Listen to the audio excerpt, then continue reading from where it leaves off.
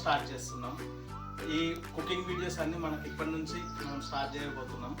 So అందరూ మమ్మల్ని ఆదరించండి. వీలైతే like, subscribe and comments. So ఇవాళ వంట నేను వంట చేయడానికి వచ్చిన ఎవరన్నా స్పెక్స్ పెట్టుకొని అవన్నీ పెట్టుకొని చేస్తారా? మాతో కూడా ఉన్నాయా? కానీ ఎందుకు తీసి చేయాలి? తీసే చేస్తారు పెట్టుకోరు ఇలాగా. నేను బయట చూసినా పెట్టుకొని వచ్చిన. ఏమంట చేస్తున్నారా? పన్నీరా?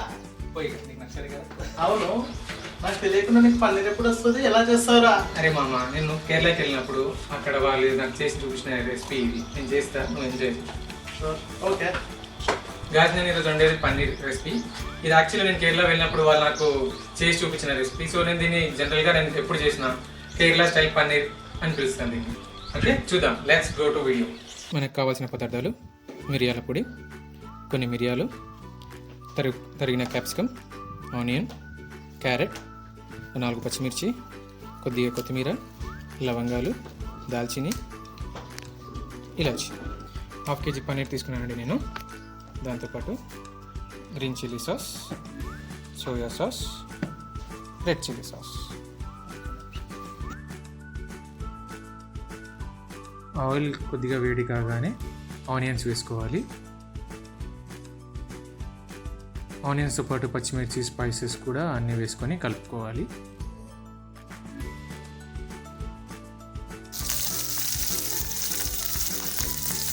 ఇప్పుడు కొద్దిగా మిరియాల పొడి, జింజర్ గార్లిక్, ఇలాచి, 4 మిరియాలు, ఇవన్నీ వేసి కలుపుకోవాలి.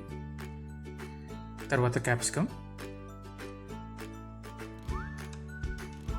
క్యారెట్, ఉప్పు తగినంత వేసుకొని అన్నీ కలుపుకోవాలి. ఇప్పుడు మనం ఇందులోకి పన్నీర్ ముక్కలను వేసుకుందాం. వేసిన తర్వాత బాగా కలుపుకోవాలి.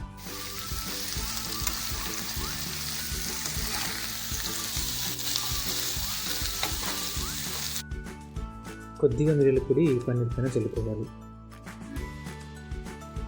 Red chilli sauce, green chilli sauce, soya sauce. ఇప్పుడు అయిపోయిందండి మనది. ఇందులో కొంచెం లాస్ట్లో కొత్తిమీర వేసుకుంటే కంప్లీట్ అయిపోతుంది. సో ఫైనల్లీ మన పన్నీర్ రెడీ అయిపోయిందండి. టేస్ట్ చూడండి.